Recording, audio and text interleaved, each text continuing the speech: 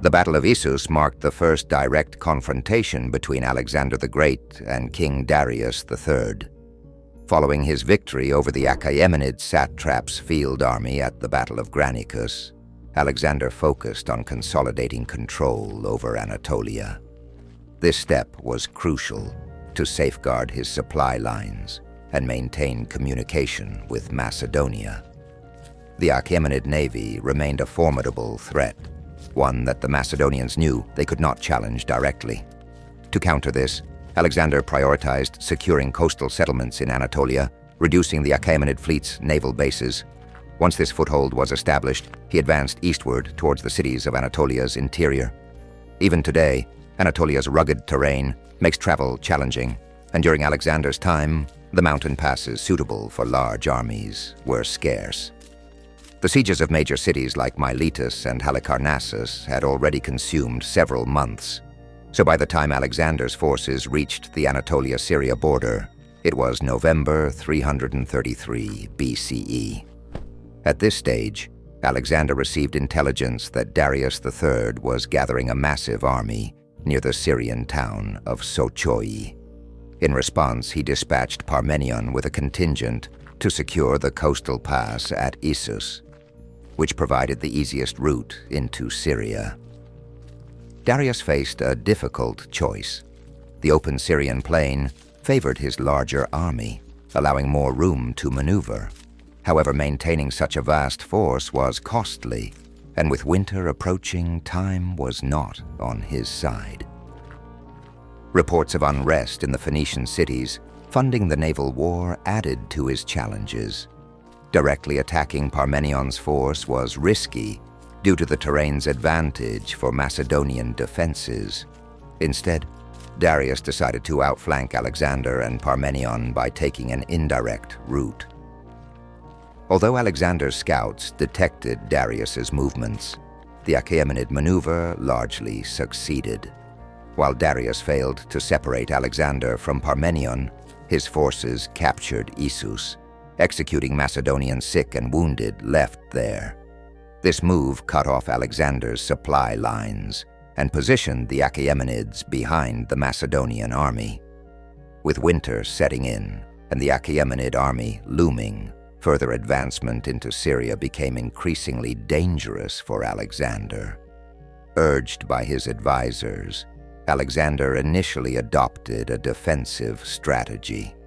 The narrow mountain passes would hinder an organized Achaemenid advance, making it easier for the Macedonians to repel them. However, Alexander needed to remain vigilant to prevent the Achaemenids from bypassing his position and linking with their naval forces, which could threaten his supply lines, or even Macedonia itself. When Darius's army appeared at his rear, Alexander had no choice but to take decisive action. Rallying his forces, he marched back to confront the Achaemenid army head-on. Estimating ancient army sizes is challenging, but Alexander likely commanded around 35,000 to 40,000 men at Issus. His forces included 24,000 heavy infantry with 3,000 Hypaspists, 9,000 Macedonian phalangites, 7,000 allied hoplites, and 5,000 mercenary hoplites. Supporting them were 13,000 light infantry, consisting of peltasts, archers, and slingers, along with 5,850 cavalry from Macedonian and allied units. The size of Darius's army is even harder to determine, with ancient accounts suggesting numbers as high as 600,000. Modern estimates are more conservative, generally capping the force at around 100,000.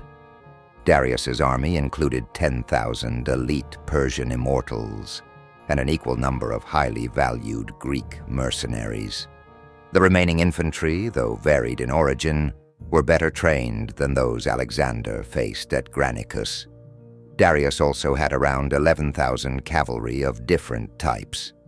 Both armies lined up in the narrow pass, their flanks protected by the Gulf of Issus on one side and the foothills on the other. The Pinarus River separated them, acting as a minor obstacle. The Achaemenids fortified their riverbank, making their position more defensible. Darius positioned himself at the center of his army, surrounded by the Immortals and Greek mercenaries. The rest of his infantry formed the wings, with a second line of troops behind them. So large was his army that it extended into the foothills and even wrapped around the river, threatening Alexander's right flank. His cavalry massed on the right, near the shoreline. Alexander's forces were arranged to counter this massive deployment. The Macedonian phalanx held the center, with cavalry and light infantry stationed on the flanks.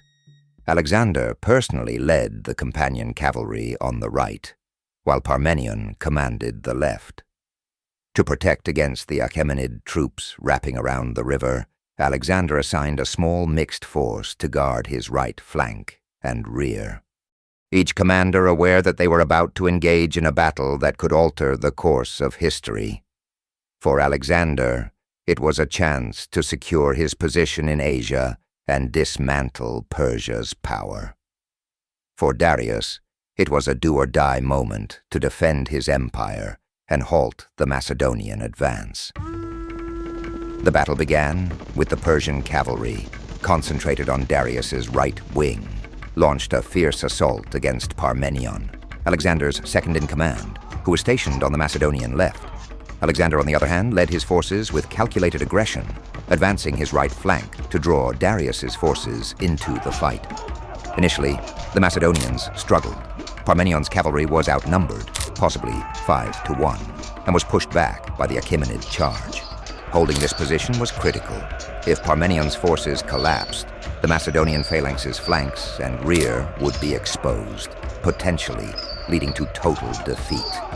Despite being driven back, Parmenion's troops held their ground through desperate countercharges, buying precious time.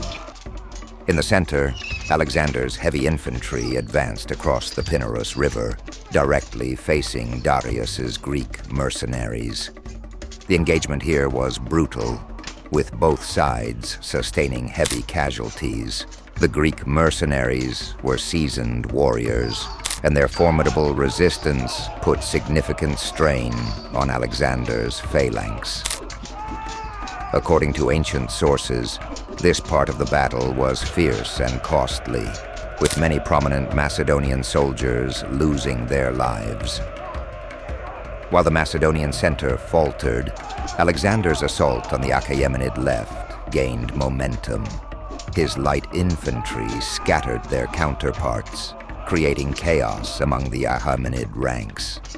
Seizing the opportunity, Alexander and his cavalry charged, breaking the Achaemenid left wing entirely. The Hypaspists followed, exploiting the opening and driving the enemy into disarray. With the left wing routed, Alexander turned his attention to the Achaemenid center, where Darius commanded from his chariot. This shift relieved pressure on the Macedonian phalanx, allowing it to regroup and counterattack the Greek mercenaries. Alexander's cavalry pressed forward, and in the chaos, he locked eyes with Darius. Recognizing the peril, Darius tried to rally his troops, but panic had already spread. The Persian king's chariot became uncontrollable as the horses, wounded in the fighting, bolted. Darius ultimately fled the battlefield. The sight of their king retreating shattered Achaemenid morale. The army disintegrated, and Alexander's cavalry pursued the fleeing troops, inflicting devastating losses. Estimates place Achaemenid casualties between 20,000 and 40,000, while Macedonian losses were under 5,000. A decisive victory for Alexander. During the pursuit, Alexander's forces captured the Achaemenid camp, including Darius's royal pavilion and his family. Among the captives were Darius's wife, daughters, and mother. Alexander ensured they were treated with great respect, recognizing their value as political assets. With the road into the Achaemenid Empire now open, Alexander faced new opportunities. He could march into Mesopotamia, strike at the Persian heartland, or turn his attention to the wealth of Egypt and Phoenicia. The possibilities seemed limitless.